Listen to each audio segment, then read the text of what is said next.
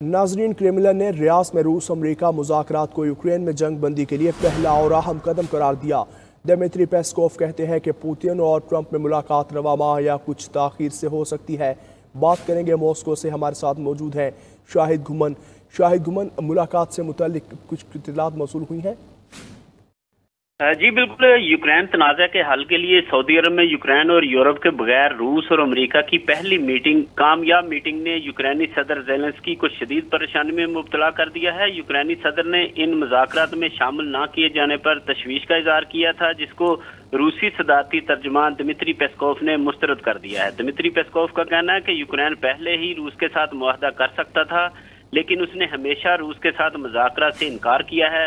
उन्होंने कहा कि रूस और अमेरिका की जानब से सियासी संजीदगी का मुजाहरा किया गया है और 18 फरवरी को होने वाली मुलाकात में रूस और अमेरिका के नुमाइंदों ने बुनियादी तौर पर रूस अमेरिका तल्लुकात के मसाइल पर तबादला ख्याल किया और यूक्रेनी तनाज़े पर मुज़ाकरात के आगाज की तरफ पहला कदम उठाया है।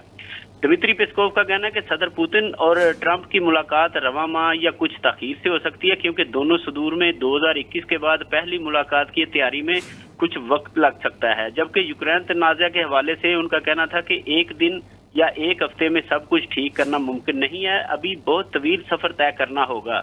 यहाँ पर मैं ये भी बताता चलूँ कि अमरीकी वजीर खारजा की जानब से रूस पर मगरबी पाबंदियों पर नजरसानी का बयान भी सामने आया है, जबकि ज़राए के मुताबिक 2025 की दूसरी तिमाही में कुछ अमरीकी कंपनियां रूस वापस आ सकती हैं, जो कि खुश आइंद है। जी शुक्रिया आपका।